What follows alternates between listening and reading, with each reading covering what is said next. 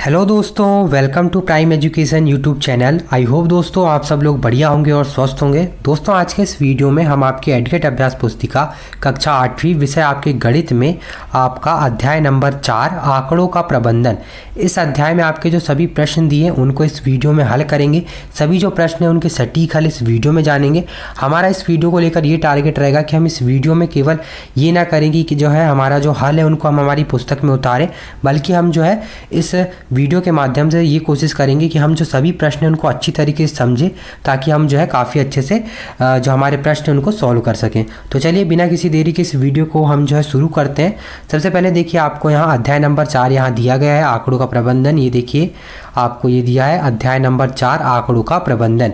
इसमें जो है आपको आंकड़ों का प्रबंधन, जो आंकड़े होते हैं जिसमें जैसे पासा हो गया किसी संख्या हो गई, उनके बारे में इसमें आपको सवाल दिए गए, उनको आपको हल करना है। तो देखिए हम जो है इस पार्ट के बारे में कुछ बेसिक चीज़ें जो है उनको पढ़ लेते हैं। जैसे यहाँ बोला गया आपको, हमारे दैनिक जीवन में हमें विभिन्न सूचनाएं मिलती हैं, जैसे शहरों का तापमान हो गया, चुनाव में डलने वाले वोटों की संख्या, किसी कक्षा में बच्चों की ऊंचाई एवं उनके प्राप्तांक, संख्याओं के रूप में एकत्रित जो सूचनाएं वो आंकड़े जो है कहलाती हैं। आंकड़ों के अध्ययन के लिए उन्हें क्रमबद्ध रूप से संगठित करते हैं। उच्चतम और न्यूनतम प्रेक्षणों के लिए अंतर को परिसर कहा जाता है। तो इस तरीके से आपको जो है आंकड़ों के प्रबंधन में कुछ यहाँ जो है आंकड़ों संबंधित सूचनाएं दी गई हैं, जिन्हें आप अच्छे से पढ़ सकते हैं। जैसे यहाँ एक जो है आपका सूत्र काफ़ी महत्वपूर्ण दिया गया है आंकड़ों संबंधित, कि माध्य कैसे निकालते हैं। माध्य निकालते हैं सभी प्रेक्षणों का योग बटे प्रेक्षणों की संख्या। इस तरीके से यहाँ जो है ये सूत्र है जो आपको आपके जो प्रश्न दिए उनमें काफ़ी जो है इसका इस्तेमाल होने वाला है। तो इस तरीके से ये सभी जो है बेसिक चीज़ें दी गई हैं, जिन्हें आप अच्छे से पढ़ सकते हैं।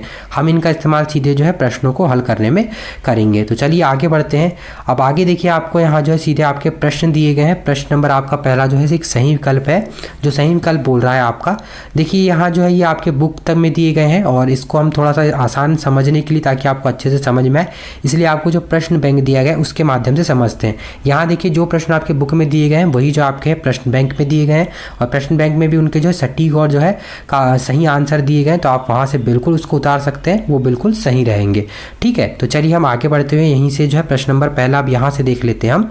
तो देखिए यहाँ भी जो है प्रश्न नंबर जो दिया गया है वो यही है, और यहाँ भी जो दिया गया है वो यही है।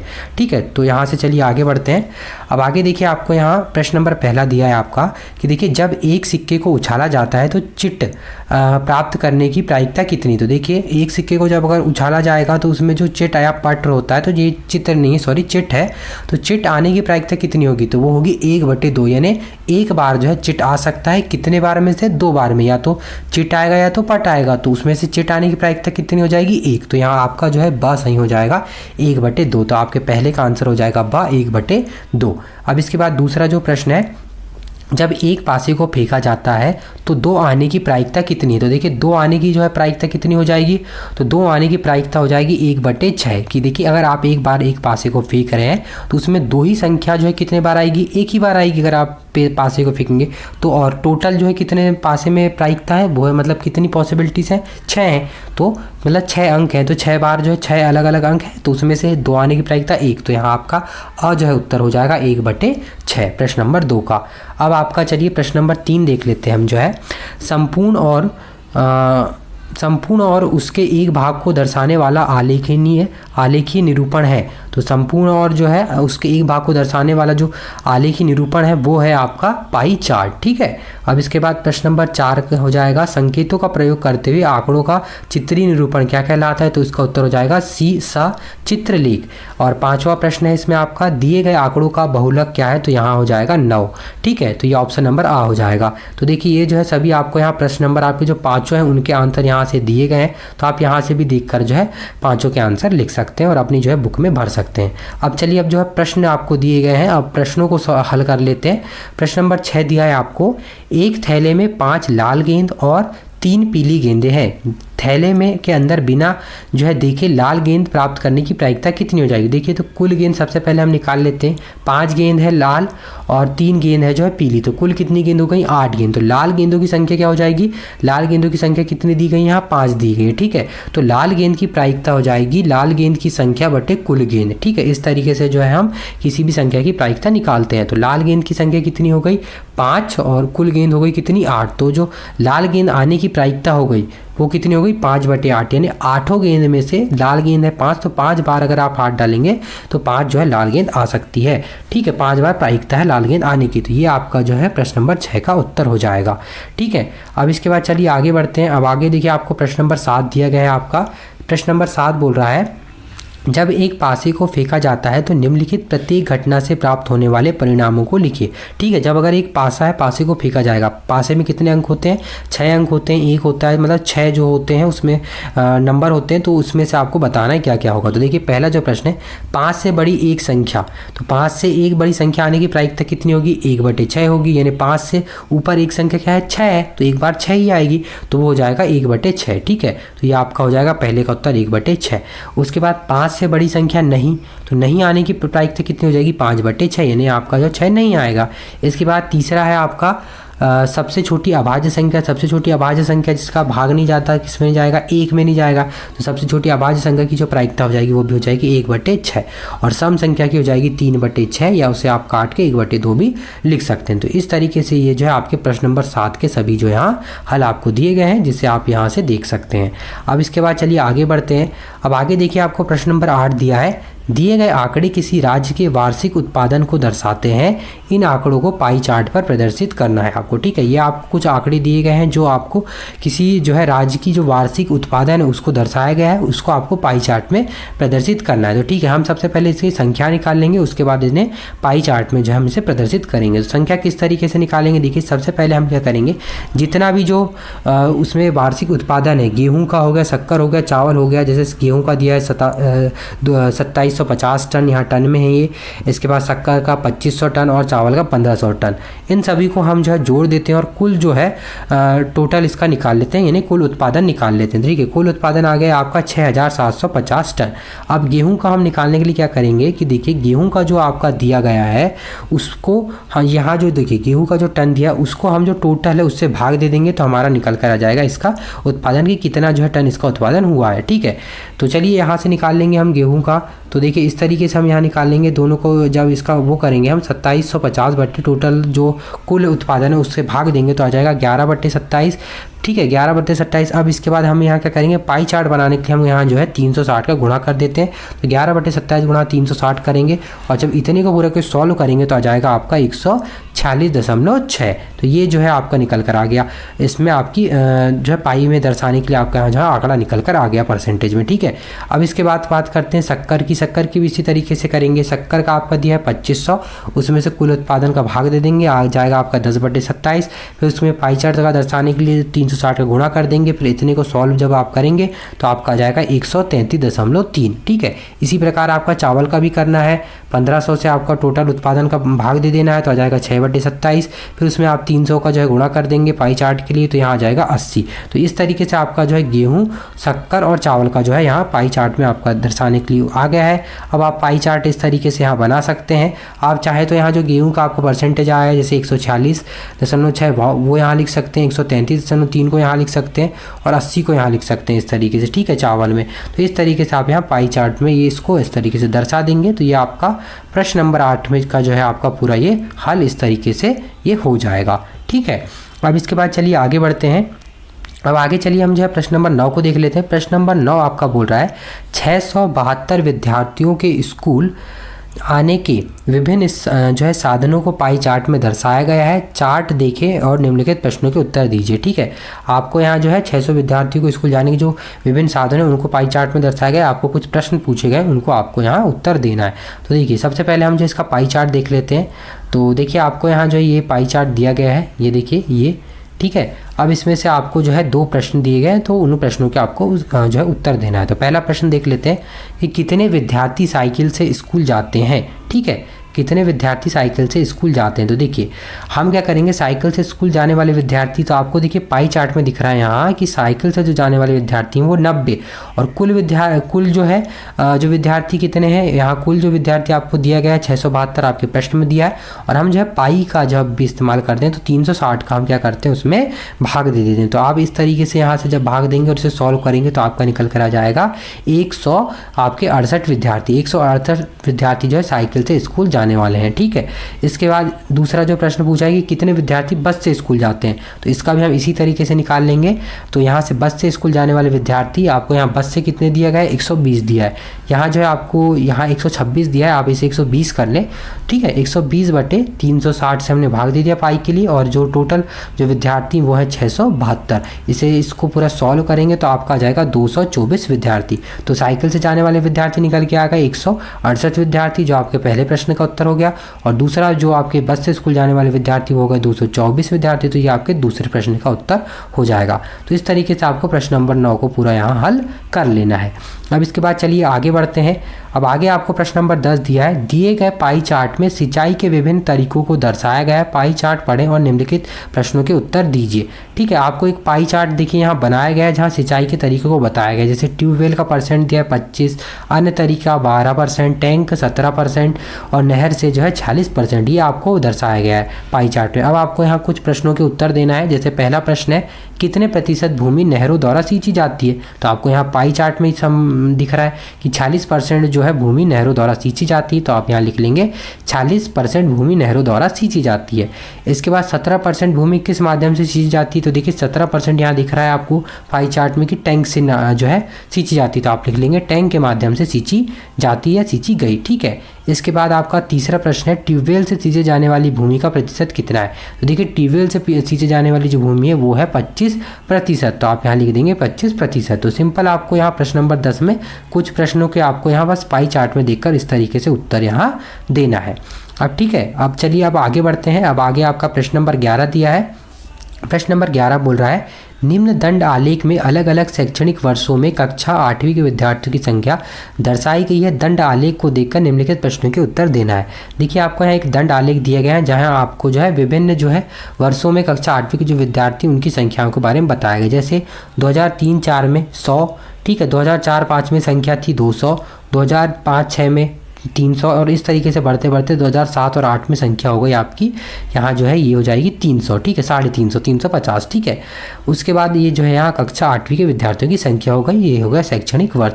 अब आपको यहाँ कुछ प्रश्नों के उत्तर यहाँ देना है, ठीक है। तो चलिए हम जो है यहाँ पहला प्रश्न देख लेते हैं। पहला प्रश्न बोल रहा है कि इस दंड आलेख द्वारा क्या सूचना दी गई है, तो इसमें आप लिख लेंगे कि इस दंड आलेख द्वारा जो है शैक्षणिक वर्ष और विद्यार्थियों की संख्या के बारे में सूचना दी गई है।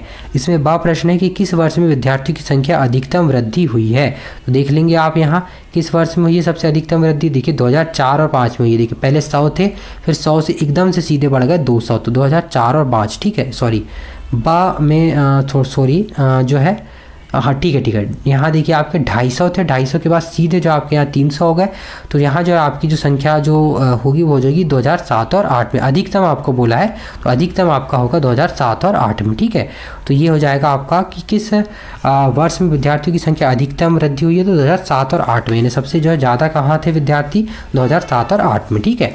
इसके बाद किस वर्ष में विद्यार्थियों की संख्या अधिकतम है, तो आपका जो है इसमें हो जाएगा 300 कितने अधिक है, तो 350 जो है अधिक है, ठीक है। फिर बताइए कि यह सत्य है या असत्य कि 2005 और 6 में विद्यार्थियों की संख्या 2003 की संख्या की दुगुनी है, तो ठीक है ये जो है असत्य है, ठीक है। यहाँ आप देखेंगे तो आपको पता चल जाएगा कि पाई चार्ट में कि यहाँ जो है इसकी दुगुनी नहीं है। तो इस तरीके से ये जो आपका प्रश्न नंबर यहाँ पूरा जो है 11 का हल हो जाएगा, जहाँ आपको इन प्रश्नों के उत्तर इस तरीके से यहाँ आपको देना है, तो आप इस तरीके से सभी के उत्तर यहाँ देख कर लिख लेंगे, ठीक है। अब इसके बाद चलिए आगे बढ़ते हैं। अब आगे देखिए आपका प्रश्न नंबर 12 दिया है, निम्न द्विदंड आलेख में 2 शैक्षणिक वर्षों में एक विद्यार्थी द्वारा अलग अलग विषयों में प्राप्त किए अंक दिए गए हैं। द्विदंड आलेख को देखकर निम्नलिखित प्रश्नों के उत्तर आपको देना है, ठीक है। इस तरीके से आपको ये द्विदंड आलेख जो है दिया गया है, इसमें से आपको देखकर कुछ प्रश्नों के यहाँ उत्तर देना है। यहाँ जो है आपके सभी विषय दिए गए हैं और उसमें जो नंबर और प्राप्तांक प्राप्त किए गए वर्ष अनुसार 2005 और 6 और 2006 और 7 में उनको यहाँ दर्शाया गया है। उनको देखकर आपको जो है कुछ प्रश्नों के हल मतलब उत्तर देना है, तो ठीक है। तो पहला जो प्रश्न है कि इस द्विदंड आलेख द्वारा क्या सूचना दी गई है, तो इसमें जो है विद्यार्थी द्वारा अलग विषयों में जो है कितने अंक प्राप्त किए गए हैं उसके बारे में सूचना दी गई है, ठीक है। फिर यहाँ किस विषय में विद्यार्थी के प्रदर्शन में सबसे अधिक सुधार हुआ है, तो यहाँ आप देखेंगे तो गणित में हुआ है। इसके बाद किस विषय में प्रदर्शन में गिरावट हुई है, तो अंग्रेजी में गिरावट हुई है। फिर किस विषय में प्रदर्शन में समान रहा है, तो हिंदी में समान रहा है। तो इस तरीके से आप ये जो है द्विदंड आलेख को देखकर इन प्रश्नों के यहाँ आसानी से उत्तर दे देंगे। अब इसके बाद चलिए इस वीडियो में आगे बढ़ते हुए हम जो है नेक्स्ट प्रश्न पर आगे बढ़ते हैं। नेक्स्ट प्रश्न है प्रश्न नंबर 13, किसी छात्रावास में विभिन्न भाषाएं बोलने वाले विद्यार्थियों की संख्या नीचे दी गई है। इन आंकड़ों को एक पाई चार्ट द्वारा प्रदर्शित कीजिए। ठीक है, तो यहाँ आपको कुछ आंकड़े दिए गए हैं, इनको आपको पाई चार्ट में प्रदर्शित करना है। जैसे भाषा हो गई आपकी हिंदी, अंग्रेजी, मराठी, तमिल। ठीक है, विद्यार्थियों की संख्या हिंदी में 40, अंग्रेजी में 25, मराठी में 15 और तमिल में 10। तो इनका पहले हम सबसे पहले कर लेंगे जो विद्यार्थी, उनकी जो संख्या, उनका योग निकाल लेंगे। तो योग हो जाएगा 90। 90 जो है कुल विद्यार्थी एक छात्रावास में है जो अलग अलग भाषाएं बोलते हैं। जैसे जिसमें यहाँ आपको भाषाओं के नंबर दिया है कि कौन से विद्यार्थी कितने, जो विद्यार्थी वो हिंदी भाषा बोलते हैं, अंग्रेजी और मराठी और तमिल भाषा बोलते हैं। ठीक है, अब सबसे पहले हम जो हिंदी भाषा का यहाँ निकाल लेंगे। तो हिंदी भाषा का जब हम पाई चार्ट में निकालने के लिए, इसमें मतलब पाई चार्ट में जब इसे अंश में लिखने के लिए निकालेंगे तो हम क्या करेंगे, जो टोटल है उसको हम जो है 360 से भाग दे देंगे और जितने के जो भी सब्जेक्ट का निकाल रहे हैं, जिस भी विद्यार्थी की संख्या का निकाल रहे हैं, उसका हम जो है गुणा कर देंगे। ये जो है सूत्र द्वारा हम ये जो है ये चीज़ें हो रही हैं। ठीक है, सूत्र द्वारा हम ये इसको यहाँ अप्लाई कर रहे हैं। ठीक है, तो जैसे हम देख लिए 360 टोटल जो विद्यार्थियों की संख्या हो जाएगी वो हो जाएगी 90 गुणा हम यहाँ हिंदी का निकाल रहे हैं। तो हिंदी के विद्यार्थी कितने हैं, 40, और जब आप इसे सॉल्व करेंगे तो आ जाएगा 160 अंश। ठीक है, ये हमारा जो है पाई चार्ट में दर्शाने के लिए हम इसे यहाँ निकाल रहे हैं। अब इसके बाद इसी प्रकार से आप क्या करेंगे, हम अंग्रेजी के निकाल लेंगे, इसके बाद मराठी के निकाल लेंगे और तमिल के निकाल लेंगे। तो अंग्रेजी के जो विद्यार्थी हैं 25, मराठी के 15 और तमिल के 10। तो इसी तरीके से जब हम निकाल लेंगे तो देखिए अंग्रेजी के 360 बटे कुल ना हो जाएगा 90 और विद्यार्थी की संख्या थी 25, इसे हल करेंगे तो आ जाएगा 100। ठीक है, इसके बाद मराठी में भी इसी तरीके से हल करेंगे। मराठी में कितना था, 15 जो बच्चे थे तो आ जाएगा 60, यहाँ आपके 10 बच्चे थे तमिल के तो आपका आ जाएगा 40।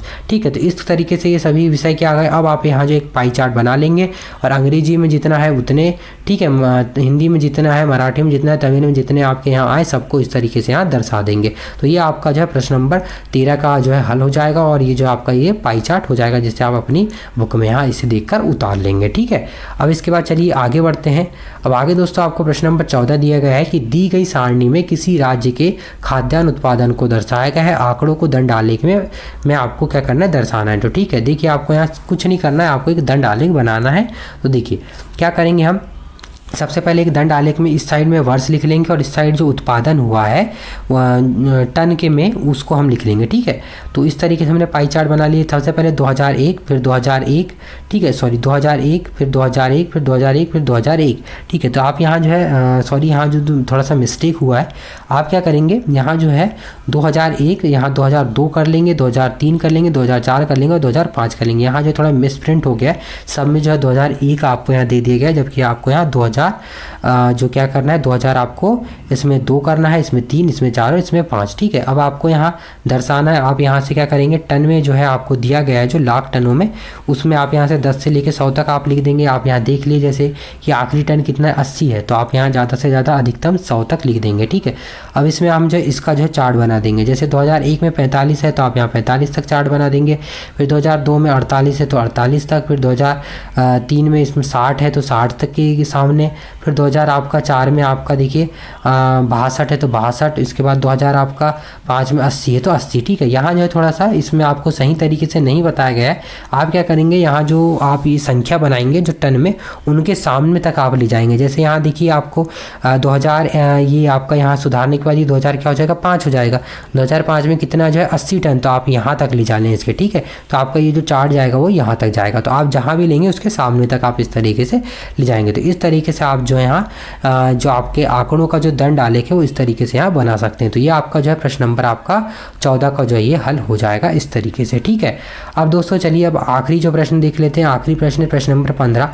अब दोस्तों प्रश्न नंबर 15 करने के पहले मैं आपको एक बहुत महत्वपूर्ण चीज़ बता दूं कि जिस तरीके से हमने देखिए अभी तक प्रश्न नंबर 14 का आपका जो अध्याय नंबर 4 है, इसमें आपके देखिए प्रश्न नंबर 14 तक इस सभी जो है प्रश्नों को काफ़ी सरल तरीके से समझा। इसी तरीके से आपको जो इसका अगला अध्याय है, अध्याय नंबर 5, उसका भी आपको जो है इसी तरीके से संपूर्ण हल आसान तरीके से समझना है। तो आप क्या करेंगे, आप देखिए उसके लिए आपको क्या करना होगा, इस वीडियो के नीचे जैसे आप डिस्क्रिप्शन में जाएंगे, देखिए जैसे ही आप यहाँ जो है मोर पर क्लिक करेंगे तो आपके सामने इस वीडियो का डिस्क्रिप्शन खुल जाएगा, जहाँ आपको एडकेट अभ्यास पुस्तिका कक्षा 8 गणित आपका अध्याय नंबर 5 उसका जो है वीडियो की जो लिंक है वो आपको यहाँ नीचे मिल जाएगी। देखिए यहाँ आप इस वीडियो की लिंक पर क्लिक कर आप जो है उस वीडियो को देख सकते हैं, वहाँ से उसका पूरा हल वहाँ से प्राप्त कर सकते हैं।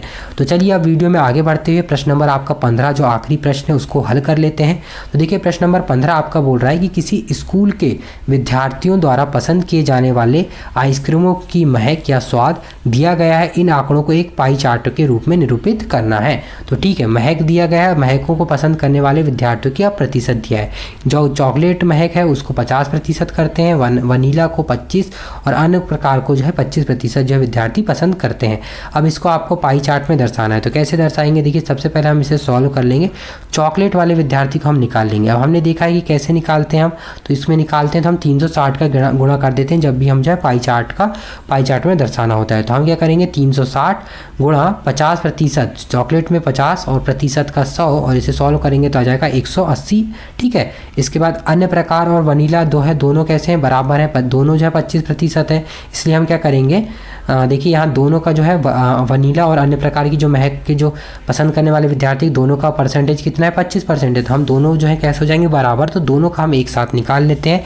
तो दोनों का हो जाएगा आपका, देखिए यहाँ आपका दोनों का हो जाएगा आपका 360 बराबर गुणा 25, क्योंकि दोनों में का जो परसेंटेज है वो 25% है, उसके बटे में 100, और इसे सॉल्व करेंगे तो आपका आ जाएगा 90। तो आपका जो अन्य और वनीला का जो पसंद करने वाले विद्यार्थी का जो प्रतिशत आ गया यहाँ गया 90। अब इसे आप इस तरीके से आप पाई चार्ट में दर्शा सकते हैं कि चॉकलेट का हो गया 180 और वनीला का हो गया 90 और अन्य प्रकार का हो गया 90। तो ये हो जाएगा आपका प्रश्न नंबर 15 का पूरा जो है संपूर्ण हल। तो ये और यहाँ आप जो है पाई चार्ट भी इस तरीके से अपनी बुक में बना लेंगे। तो इस तरीके से आपका देखिए प्रश्न नंबर आपका यहाँ 15 समाप्त हुआ। सभी जो प्रश्न है वो आपके यहाँ समाप्त हुए।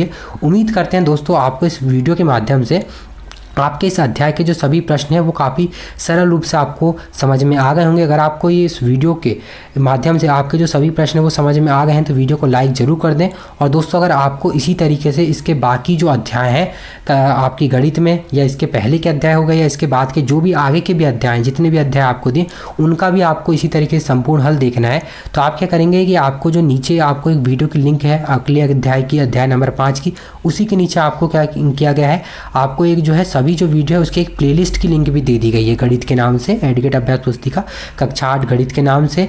जहां आप उस लिंक पर क्लिक करेंगे, प्लेलिस्ट की लिंक पर क्लिक करेंगे तो आपके सामने क्या होगा कि सभी जो आपके अध्याय हैं उनका आपका हल जो है आपके सामने खुल जाएगा। सभी जो है वीडियोस वहां आपको प्राप्त हो जाएंगे, जहां से आपको जो भी वीडियो अध्याय का आपको जो हल देखना है आप उस वीडियो पर क्लिक करके वहां से आसानी से देख सकते हैं। और आपके जो बाकी सभी विषय हुए, जैसे हिंदी हो गया, आपका हिंदी हो गया, अंग्रेजी हो गया, विज्ञान, सामाजिक विज्ञान, संस्कृत हुआ, उनका भी आपको अगर पाठ अनुसार और आपके लेसन अनुसार आपको हल देखना है तो उनकी भी जो है प्लेलिस्ट में आपको विषय अनुसार आपको नीचे प्रोवाइड कर दूंगा, जहां आप उस पर आपको जिस भी विषय का देखना है आप उस पर क्लिक करके वहां से आसानी से किसी भी पाठ या लेसन का हल वहां से देख सकते हैं। तो उम्मीद करते हैं आपको ये वीडियो जो है पसंद आया होगा। वीडियो पसंद आया तो वीडियो को लाइक जरूर कर दें और साथ में चैनल को सब्सक्राइब भी जरूर कर दें। तो मिलते हैं अब इसके आने वाले नेक्स्ट वीडियो में।